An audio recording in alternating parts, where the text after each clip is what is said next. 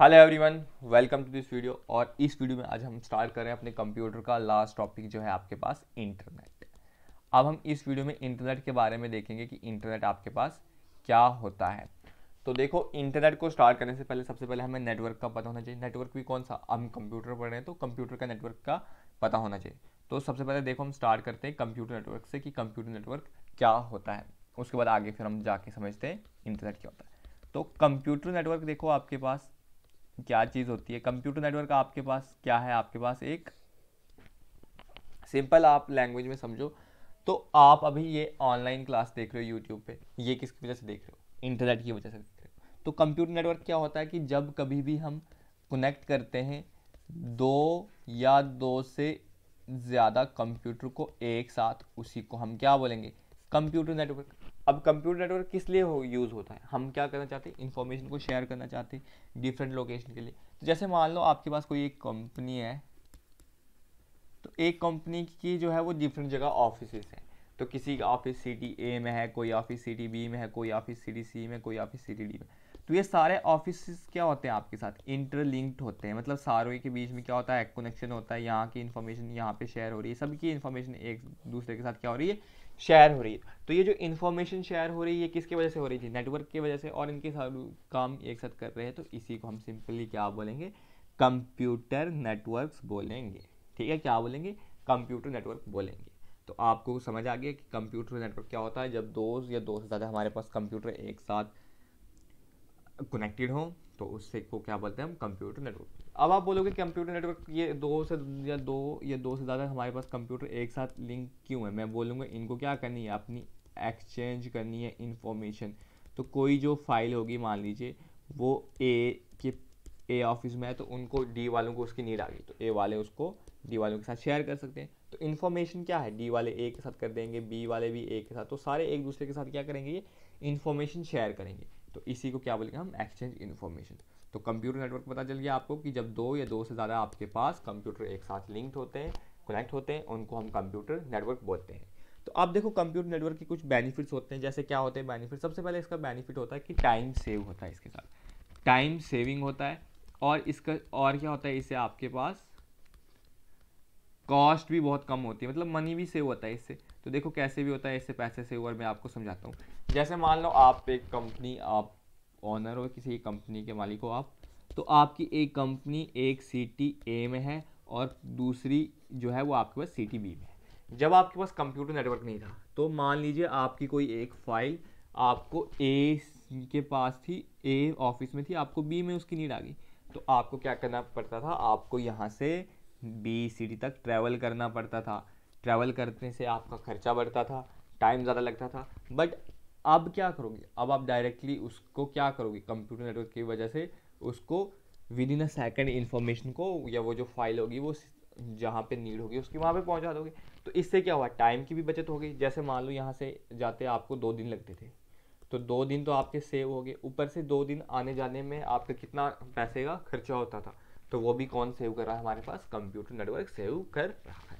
तो इतना जो आपको मेन चीज़ आ गई समझ, तो ये आ गई। अब देखो कंप्यूटर नेटवर्क तो है। नेटवर्क क्या होता है? नेटवर्क को आपके पास कंप्यूटर है, इसमें नेटवर्क आना चाहिए, तो किस टाइप का नेटवर्क होगा? तो देखो कंप्यूटर में नेटवर्क हमारे पास डिफरेंट टाइप्स का होता है। जैसे एक होता है लैन टाइप का नेटवर्क, या आपके पास WAN टाइप का नेटवर्क हो सकता है, या आपके पास MAN नेटवर्क हो सकता है। तो लैन क्या होता है आपके पास? Local area network. लैन होता है आपके पास लोकल एरिया नेटवर्क। उसके बाद आपके पास WAN होता है वाइड एरिया नेटवर्क। और आपके पास मैन होता है मेट्रोपॉलिटन एरिया नेटवर्क। तो ये आपके पास डिफरेंट टाइप्स के मैंने आपको कुछ नेटवर्क समझाए। तो लैन, वैन, मैन। तो सबसे पहले आपके पास लैन। लैन क्या होता है? लोकल एरिया नेटवर्क, जो आपको क्या होता है? लोकली एक दूसरे के साथ कनेक्टेड होता है। जैसे मान लो आपके पास कोई स्कूल है, उसके अंदर जितने भी आपके पास कंप्यूटर्स होंगे, जो भी लैब्स होंगे, तो वो किससे कनेक्टेड होंगे? Local area network. क्योंकि आपको उसी लोकली एरिया में आपको इन्फॉर्मेशन क्या आ रही है? शेयर करने की नीड आ रही है। तो वो कौन सा हो गया आपके पास? Local area network. लोकल एरिया नेटवर्क को क्या कर सकते हो आप? केबल्स के जरिए भी आप इन्फॉर्मेशन शेयर कर सकते हो इसमें, लोकल एरिया नेटवर्क में। ठीक है, जैसे मान लो कोई किसी ऑफिस में तो उस ऑफिस में क्या करते हैं, वो वायरलेस फ़ोन लगा लेते थे, लेकिन सॉरी वो फ़ोन होते थे जो पहले ज़माने में होते थे, तो वो सारे किससे कनेक्ट होते हैं, लोड वायरिंग से कनेक्ट होते हैं। तो उनकी इन्फॉर्मेशन जो भी होती है, जैसे आप किसी बड़े होटल में चले जाओ तो वहाँ पे बोलेगा कि आपको जो भी सर्विस प्रोवाइड होनी चाहिए, आप वहाँ पे आपको दे देंगे नंबर 6 दबाओ, 6 5 दबा के रखो, तो उससे आपको कनेक्ट हो जाते हैं। तो वो कैसे कनेक्ट होते हैं, वो लोकल एरिया नेटवर्क से कनेक्ट होते हैं। तो जो आपकी नीड है उसी एक लोकल एरिया तक ही ये सीमित रहती है। उसके बाद आता है wild area network. Wild area network क्या होता है, आपके पास पूरे जो है पूरे दुनिया में वाइल्ड एरिया नेटवर्क क्या है, फैला हुआ। अगर सबसे कम एरिया के लिए आपको नेटवर्क चाहिए तो आप लैंड नेटवर्क ले लो। अगर बहुत ज़्यादा फैलाना है आपको पूरे वर्ल्ड में, तो उसके लिए क्या कौन सा ले लो, आप WN नेटवर्क ले लो। और अगर आपको मान लो किसी एक सिटी का ही नेटवर्क चाहिए, तो तब आप कौन सा नेटवर्क यूज़ करोगे, WMAN नेटवर्क यूज़ करोगे। इसके अलावा आप बोलोगे कि एक डिफरेंट टाइप का नेटवर्क आता है जो आपके पास होता है PAN। ये होता है आपके पास पर्सनल एरिया नेटवर्क।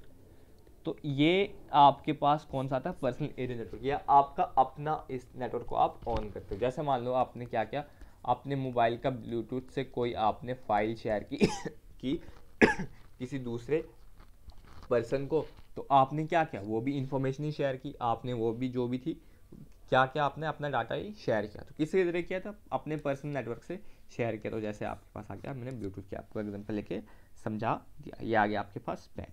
तो अब देखो ये आपके पास जो नेटवर्क होते हैं ये जितना भी आपके पास कंप्यूटर नेटवर्क है, जैसे मान लो ये आपके पास कंप्यूटर नेटवर्क ए है, ये आपके पास यहाँ पे इन्फॉर्मेशन, मान लो कोई इनका ऑफिस यहाँ पे जाता है, कोई दूसरा ऑफिस यहाँ पे है, तो ये आपस में क्या होते हैं, इंटरलिंक्ड होते हैं। सारी इन्फॉर्मेशन इसकी यहाँ पे ऑफिस में आ रही है, इन्फॉर्मेशन इसकी यहाँ पे आ रही है। कोई दूसरा है, जैसे मान लीजिए यहाँ पे कोई है, तो ये क्या होती है, अपनी ऑफिस में इन्फॉर्मेशन क्या करते हैं, शेयर करते हैं। अब ये जो इन्फॉर्मेशन शेयर होती है, क्या आपके पास ये जो इन्फॉर्मेशन शेयर हो रही है, अगर मान लो यहाँ की इन्फॉर्मेशन, इस नेटवर्क की इन्फॉर्मेशन इस नेटवर्क के पास चली गई, इस नेटवर्क की इन्फॉर्मेशन हमारे पास इस नेटवर्क में आ गई, क्या हुआ मेरे पास, ये जो नेटवर्क है, ये नेटवर्क 1 मान लो, ये नेटवर्क 1 आ गया और ये नेटवर्क 2 आ गया। एक नेटवर्क ने अपनी इन्फॉर्मेशन सेकंड नेटवर्क के साथ भेजी, सेकंड नेटवर्क ने अपनी इन्फॉर्मेशन किसके साथ भेजी, फर्स्ट नेटवर्क को। तो इस तरह की जो हमारे पास इन्फॉर्मेशन शेयर होती है, इसको बोलते हैं हम इंटर नेटवर्क। क्या बोलते हैं हम, इंटर नेटवर्क, या शॉर्ट में जिसको बोलेंगे हम इंटरनेट। क्या बोलेंगे, इंटरनेट। तो आपके पास इंटरनेट क्या आ गया, कि जब हम इंफॉर्मेशन एक दूसरे के साथ शेयर करते हैं उसको हम बोलेंगे इंटरनेट, इंट्रा नेटवर्क या इंट्रानेट। अगर आपस में ही ये इंफॉर्मेशन जो हम शेयर कर रहे हैं, इसको हम बोलते हैं इंट्रानेट, इंट्रा नेटवर्क या इंट्रानेट बोलो, ठीक है। तो इंटरनेट क्या होता है, जब हमारे पास डिफरेंट नेटवर्क की इंफॉर्मेशन आपस में शेयर होती है, उसको बोलते हैं हम इंटरनेट। यहाँ पे आप एक याद रख लो, www भी होता है, तो वो क्या होता है आपके पास, वर्ल्ड वाइड वेब। इसको उतना समझने की जरूरत नहीं, बस आप इसकी फुल फॉर्म याद रखो कि वर्ल्ड वाइड वेब होती है www की इन्फॉर्मेशन। तो अब आपके पास इंटरनेट के साथ हमने कनेक्ट तो कर दिया, बट अब इंटरनेट के साथ कनेक्ट कर तो सॉरी, अब आपने इंटरनेट के साथ तो कनेक्ट कर दिया, बट आपको क्या करनी है, इन्फॉर्मेशन शेयर करनी है।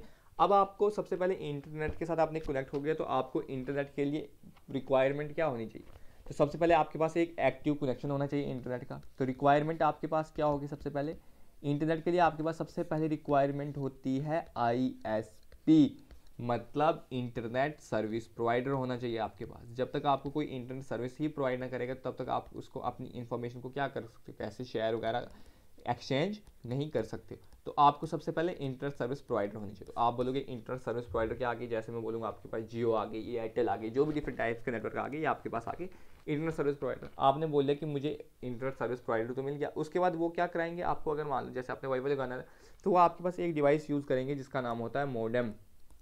तो वो डिवाइस यूज़ करेंगे मोडेम। अगर आपके पास मोडेम डिवाइस नहीं है, तो आपके पास इंटरनेट वर्क ही नहीं करेगा। तो इंटरनेट जो भी वर्क करेगा वो किससे करेगा, आपके पास मोडेम। तो इससे क्या करोगे, आप अपना डाटा जो है वो दूसरी जगह से ट्रांसफर करोगे। मॉडर्न ये आपका जो मॉडर्न है, ये क्या करता है आपके पास, मॉड्यूलेशन और डीमॉड्यूलेशन। मॉड्यूलेशन और डीमॉड्यूलेशन क्या होता है, इसके बारे में आप थोड़ी स्टडी कर लेना, तो आपको आइडिया आ जाएगा। मॉड्यूलेटेड सिग्नल होते हैं, डीमॉड्यूलेटेड सिग्नल होते हैं तो आपको पता चल जाएगा ये कौन करता है हमारे पास काम, मॉडेम करता है, ठीक है। और जो जितनी आपकी इंटरनेट की स्पीड होती है, वो कौन डिसाइड करता है, आपका मॉडेम करता है। मॉडेम कैसे डिसाइड करेगा, आपने कितने कौन सा रिचार्ज करवाया होगा। अगर आपने हाई स्पीड वाला रिचार्ज कराया होगा तो आपको हाई स्पीड वाला मिलेगा, अगर आपने लो स्पीड का कराया तो लो स्पीड का मिलेगा। जो आपकी रिक्वायरमेंट है उस हिसाब से आपने जो रिचार्ज किया हुआ वो सब कौन डिसाइड करेगा, आपकी स्पीड कौन हैंडल करेगा, मॉडेम।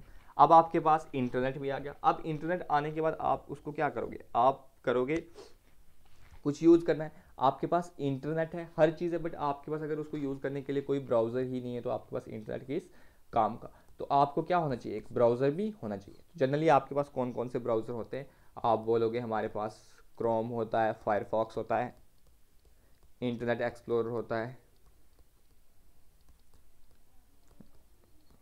उसके बाद मोजिला होता है आपके पास। तो डिफरेंट टाइप्स के आपके पास ब्राउज़र होते हैं। मोबाइल में आपके पास जैसे देखो पहले यूसी ब्राउज़र होता था, उसके बाद ओपेरा मिनी होता था, तो ये आगे डिफरेंट ब्राउज़र। इंटरनेट मिल गया, मॉडेम लगा दिया आपने, मतलब इंटरनेट चल रहा है आपका। उसके बाद आपको कुछ काम करना है तो उसके लिए एक स्पेसिफाइड ब्राउज़र तो होना चाहिए। अब ब्राउज़र में भी आपको कुछ काम करना है, कोई भी वेबसाइट खोलनी है तो उसके लिए आपको किसका यूज़ करना पड़ता है, सर्च इंजन का यूज़ करना पड़ता है। अब आपको पता नहीं, आप ब्राउज़र में चला गया, आपको मान लो कोई एजुकेशनल प्लेटफॉर्म पे भी जाना है तो आप वहाँ पे सर्च करोगे कि आपको कौन से टॉपिक की वीडियो चाहिए या कौन सा क्विज देनी है आपने, तो वो किस पे करोगे आप, सर्च इंजन। तो जो सबसे ज़्यादा सर्च इंजन यूज़ होता है वो कौन सा होता है, गूगल सर्च इंजन सबसे ज़्यादा यूज़ होता है। अब सर्च इंजन हमें क्या करेगा, हमें डिफरेंट वेबसाइट को ढूंढने में हमारी क्या करेगा, मदद करेगा। बिंग भी होता है आपके पास एक सर्च इंजन, ठीक है।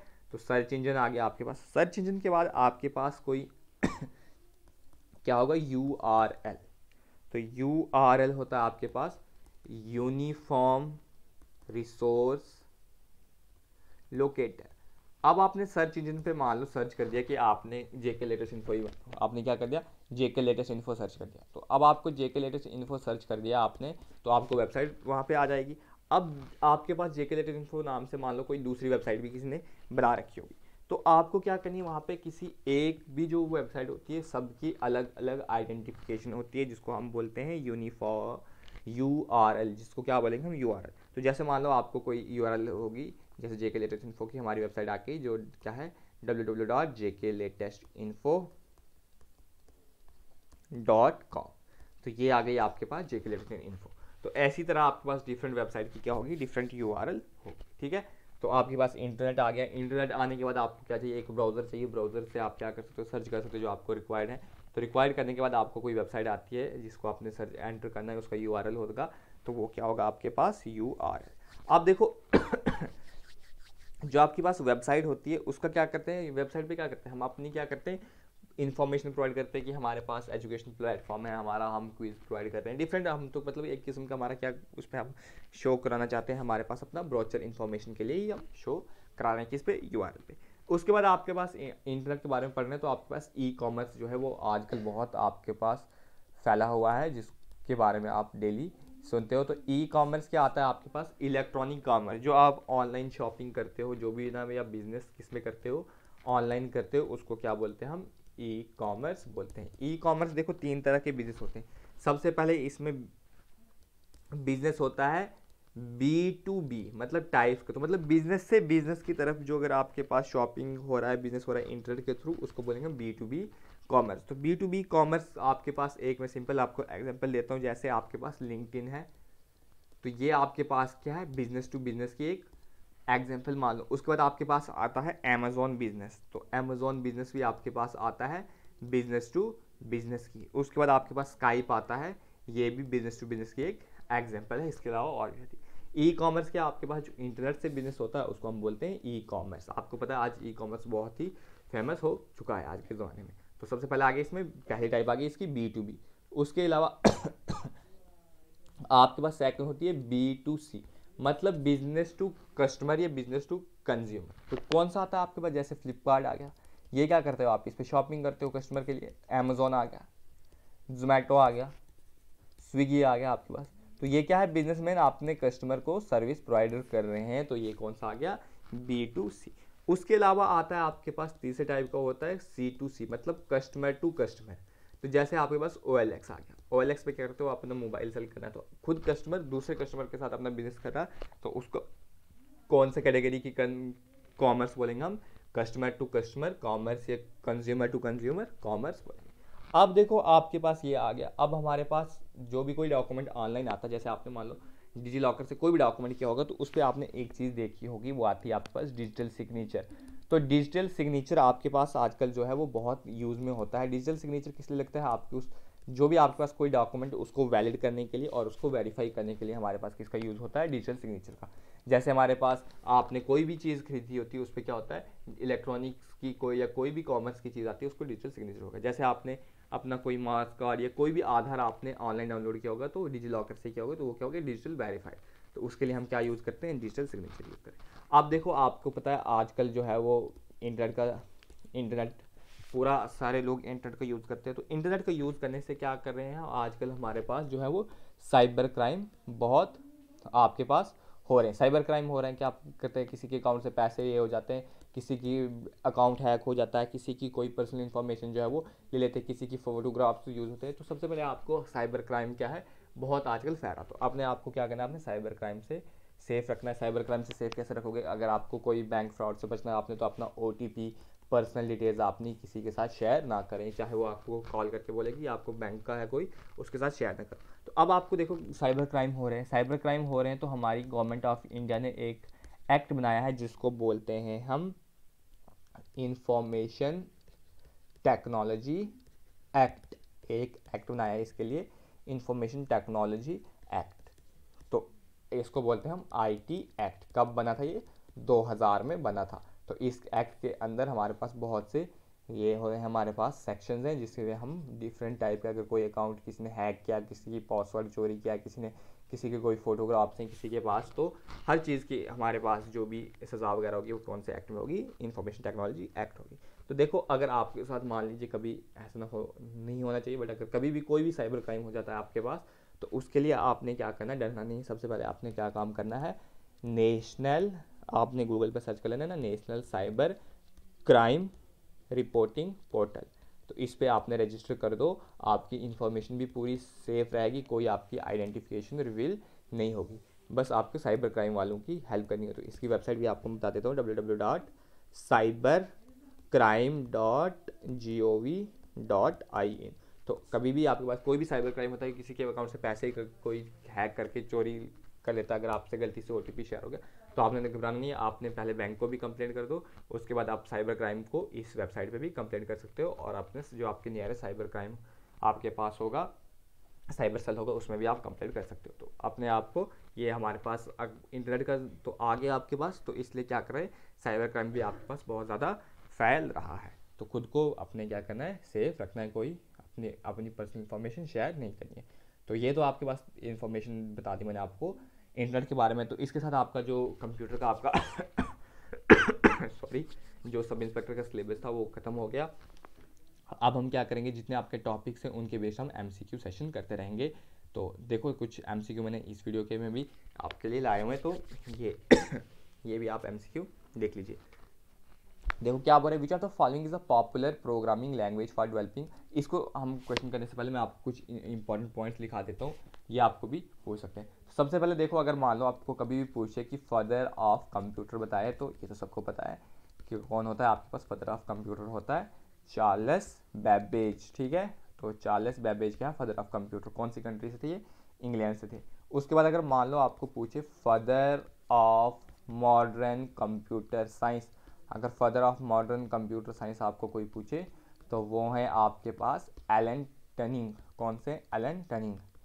ठीक है, उसके बाद आपको ये भी पूछ सकते हैं, first unprogrammable electronic device, electronic digital computer कौन सा था आपके पास? तो आपने याद रखना है वो कौन सा था आपके पास? ABC, जिसकी फुल फॉर्म होती है एटनस ऑफ बैरी कंप्यूटर। ये आपके पास कौन सा था? फर्स्ट अनप्रोग्रामेबल कंप्यूटर जो था ये था। अगर उसके बाद आपके पास आ जाता है फर्स्ट, इसके अलावा आपके पास एक क्वेश्चन और बनता है, वो बनता है आपके पास first purpose electronic digital computer, electronic digital computer. तो वो कौन सा था आपके पास? ये आपके पास बहुत एग्जाम में आ रखा है, ये कैसे भी ने पूछा, ये था आपके पास ENIAC। इसकी फुल फॉर्म आती है electronic numerical integrated and calculator. तो ये आपके पास कुछ इंपॉर्टेंट पॉइंट बन जाते थे ये भी मैंने आपको बता दिया। अब कुछ हम MCQ देखते हैं, इसके बाद आपको पूरी MCQ सीरीज हम आपको प्रोवाइड करेंगे, मोस्ट इंपॉर्टेंट MCQs होंगे। तो देखो पहला बोल रहा है विच of the following is the popular programming language for developing multimedia web page. को हमें जो भी लैंग्वेज हम जिससे अपने मल्टीमीडिया वेब पेजेस बनाते हैं वो कौन सी होती है आपके पास, जावा होती है। कोबल की फुल फॉर्म क्या होती है ये आप मुझे कमेंट सेक्शन में कमेंट करके बता दीजिएगा, ठीक है। असेंबलर का काम क्या होता है ये भी मैंने आपको पढ़ाया। आप देखो आपको बोला dash dash is a software program use to view web page. तो मैंने आपको कहा अगर आपके पास इंटरनेट आ गया तो आपको वेब पेज किस पे देखने होते हैं, ब्राउजर पे देखने होते हैं। तो आपको क्या आना चाहिए, वेब पेज देखने के लिए आपके पास क्या होना चाहिए, एक ब्राउजर होना चाहिए। उसके बाद चलिए नेक्स्ट क्वेश्चन देखते हैं। अब बोला server computer link to a server to share program and store spaces, उसको क्या बोलते हैं। तो मैंने आपको कहा कि अगर कंप्यूटर एक दूसरे से लिंक है सर्वर पे प्रोग्राम या स्टोरेज कुछ भी स्पेस को शेयर करने के लिए, उसको क्या बोलते हैं हम, नेटवर्क बोलते हैं। अभी आपको मैंने ये पढ़ाया था, नेटवर्क बोल दिया उसको। उसके बाद आगे by default your document print in कौन से मोड में होता है। तो आप जब भी आपने कोई भी डॉक्यूमेंट प्रिंट करते हो वो आपके पास कौन से मोड में प्रिंट होता है, पोर्ट्रेट मोड में होता है। बाय डिफॉल्ट ऑटोमेटिकली सेट हो गया होता है। अगर आप चाहो तो इसको लैंडस्केप मोड में भी कर सकते हो। तो आपको एक ही मैं टास्क देता हूँ कि लैंडस्केप और पोर्ट्रेट का जो रेशो होता है वो क्या होता है, वो आपने कमेंट सेक्शन में कमेंट करके बताना है। उसके बाद चलिए नेक्स्ट क्वेश्चन देखते हैं। हमारे पास नेक्स्ट क्वेश्चन आ रहा है आपके पास, कंट्रोल शिफ्ट अल्ट और कॉल कौन सी कीज़ होती हैं। तो ये क्या करते हैं, हमारे पास जो भी हम करते हैं उनको क्या करते हैं, मॉडिफाई कर रहे हैं, ठीक है। अगर हम देखो जैसे शिफ्ट प्लस टू दबाएंगे तो आपके पास @ आ जाएगा।